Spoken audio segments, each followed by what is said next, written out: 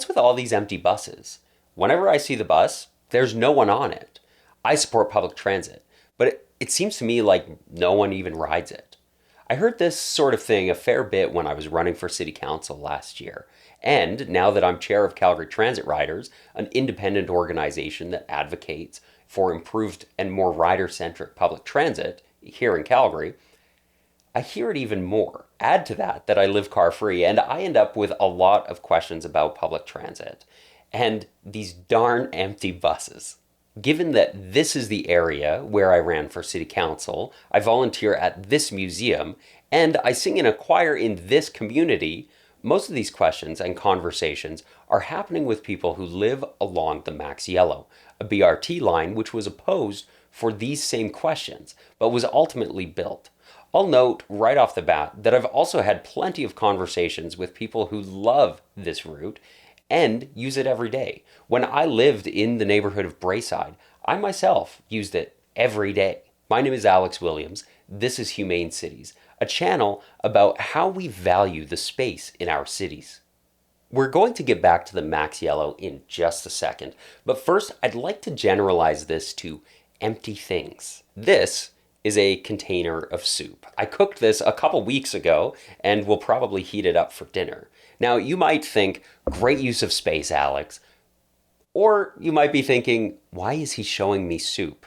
It's because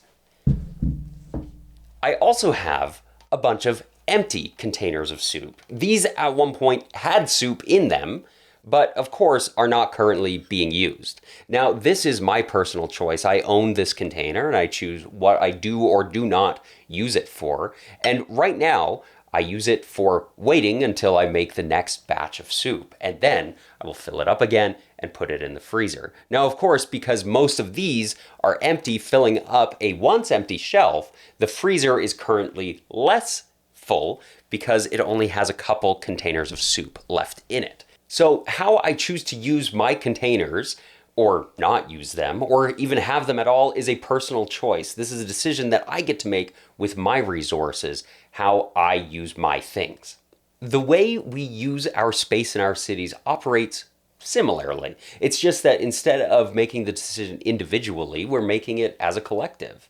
And because we don't use everything always, it may be hard to see the utility in some things. More than once, I've spoken with someone who is intensely against government subsidies of any kind. Of course, sometimes these conversations will end up where we talk about a government subsidy that they use. One person, for example, fully supported the government giving them grants for university, but they were entirely against any subsidies given for childcare. Needless to say, this was a university student who had no kids. We tend to value the things that we use. Most transit riders don't look at an empty bus and say, boy, we should get rid of that. They say, well, I might need that tomorrow, actually. Now let's look at the street in front of my house. I live down the block from a school, and most of the traffic in front of my house is kids walking to school. Take the geometry of my street. A 9.5-meter wide right-of-way for cars, a lane each way and a flex zone on either side, typically used for parking, though it's rarely even 50% parked. Then we have a sidewalk of 150 centimeters on either side.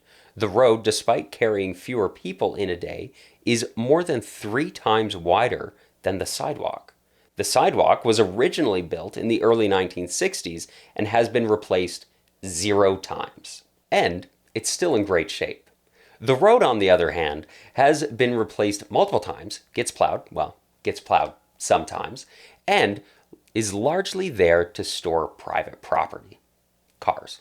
If all of this was presented to you in a vacuum, you might be outraged, but chances are you appreciate the value of the street. Similar to the awareness the average Dutch person has for cyclists, because most Dutch people also ride bikes regularly, most Calgarians drive at least somewhat regularly. So despite the high costs in maintenance, in capital costs, and the opportunity cost through land use, we decide it's worth it.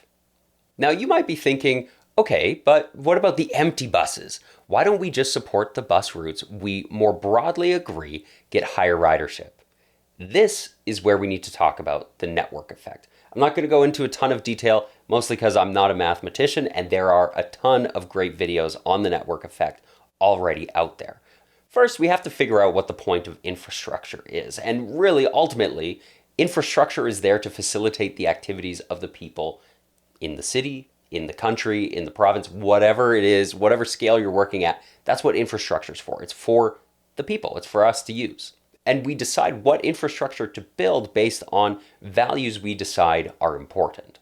That's why we have plumbing, we have roads, we have trains, things like that, things that we decide mean something to us. If you really, really want, you can super boil this down to economic productivity. Infrastructure is there to facilitate economic productivity. This street, the one I live on, could be removed from the city and no one would notice. No one other than me and my neighbors, of course. But you'd get a few savings. I mean, it is one less street to maintain.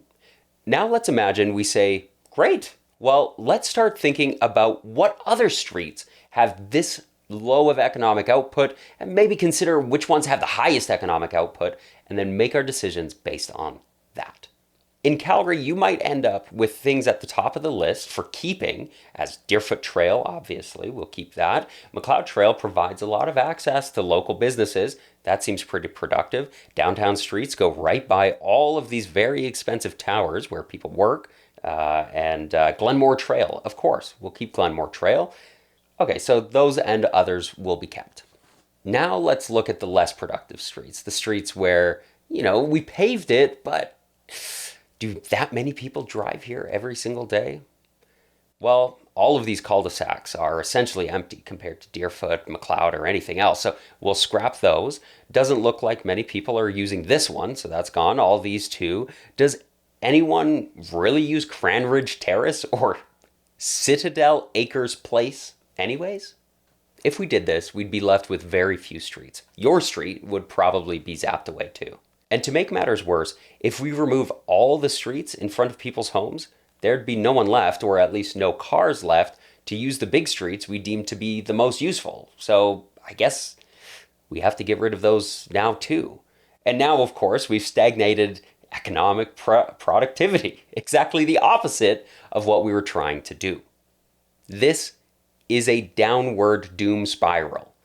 Keep this in mind. If we get rid of our streets, it'll make the rest of the network less useful because suddenly there are fewer places that I can drive to. If my street's one of the streets that stays, well, I can't drive to my friend's house anyways. I can't drive to the local coffee shop anyways. I can't drive to the school anyways. So what's the point? While we're here, I've got a ton of footage of empty things and places. But before I do that, I should say that when people ask questions about empty buses, they're doing it in good faith. They're not sitting up late at night reading stacks of books about this sort of thing. They're not watching YouTube videos about this sort of thing. They didn't go to urban planning school. And they don't necessarily know all of the things that you and I, probably watching this video, probably already know. They just see a bus, an empty bus, and think, why is that like that? And so when we engage with people answering these questions, it's important to actually do so in good faith in return, right? What seems like a silly question to you might actually be like a real ask, like something somebody is really, really asking. And so I want you to keep that in mind whenever you're engaging with people. With that said, I need this moment of sarcasm. So here's a bunch of empty footage, empty places, empty things. Empty bike lane, gone. That car lane is empty too, gone. Empty playground, gone. These bikes aren't being used right now, take them away. Empty parkade here, clearly useless. Empty classroom, I will not stand for that. Obviously, hardly anyone parks here, ignore the big street sweeping sign in the corner. Clearly, no one is using the worst staircase ever made. And sorry, Munich, time to shut down your transit system. No one appeared to be using it when I was out for a walk at 4 a.m. Okay, so what does all of this have to do with the Max Yellow and those gosh darn empty buses? The Max Yellow runs from Wood Park Station at the edge of Fish Creek Park to downtown Calgary. Significant destinations along the way include Southland Leisure Centre, Heritage Park, Rocky View Hospital, Mount Royal University, and of course, downtown. There are also grocery stores, homes, offices, and parks on the route. People take this bus for a lot of different reasons. But you'll notice that some of the biggest destinations and highest population density areas are not near where the people expressing these concerns live. Most of the time, when they see this bus, it's at the end or the beginning of its route, and is in a low density, low destination area. Of course, it's going to be quieter. That's the quiet street part of the network. And if you're seeing this bus farther along the route, you're probably driving on Crowchild Trail at 80 kilometers plus an hour. If that's the case, you don't have the mental space or the time to stop and look at how many people are riding this bus. One of the beautiful things about transit is that it can and does adapt to the variety of needs and the changing needs of a city. It's a strength that its routes can change. But imagine your own street on the chopping block because it wasn't economically viable.